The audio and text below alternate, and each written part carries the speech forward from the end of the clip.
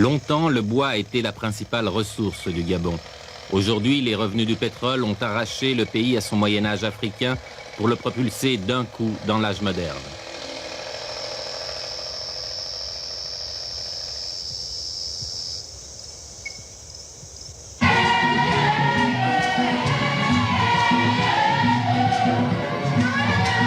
Ce pays, qui ne possède pratiquement pas de route, inaugure son Boeing 747 piloté par un équipage français.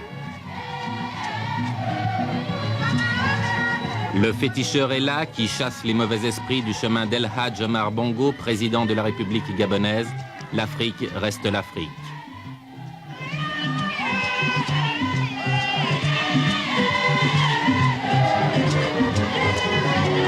Pourtant, si le président conserve son féticheur, c'est aussi à des professionnels qu'il confie sa sécurité personnelle.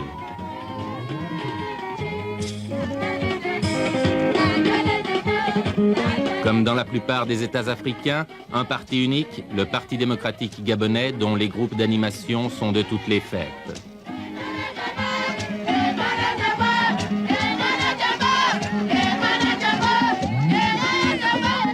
De tous les invités, retenons-en 3, car rien ne se fait sans eux dans cette ancienne colonie française. L'ambassadeur de France, M. Maurice Delaunay.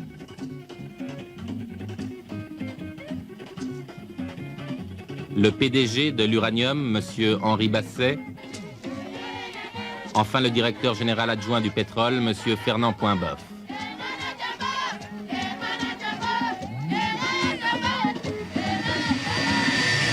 Le Gabon résiste mal à l'ivresse de ses richesses. Officieusement, sa dette extérieure s'élèverait à près de 3,5 milliards de dollars. Ce Boeing lui coûtera 125 millions de francs suisses, mais le prix du prestige n'effraie pas le président Bongo, fervent adepte du libéralisme économique, qui a délibérément choisi la voie occidentale pour le développement de son pays.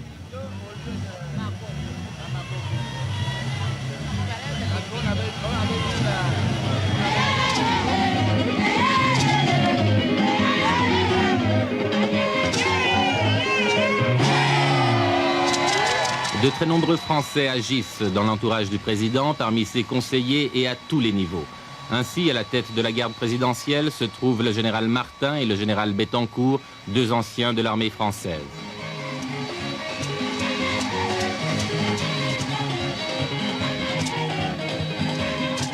Et durant cette inauguration, ce sont également des militaires français qui, sur le toit de l'aéroport, assurent la surveillance. Mais pourquoi tant de Français au Gabon? Il se trouve, n'est-ce pas, que les circonstances de l'histoire ont voulu que, après l'indépendance, la présence française demeure au Gabon, et je dirais même se développe, puisque vous m'aviez demandé tout à l'heure quel était le nombre des Français, je vous ai répondu environ 25 000. Il faut que vous sachiez qu'il n'y avait que 5 000 Français au moment de l'indépendance.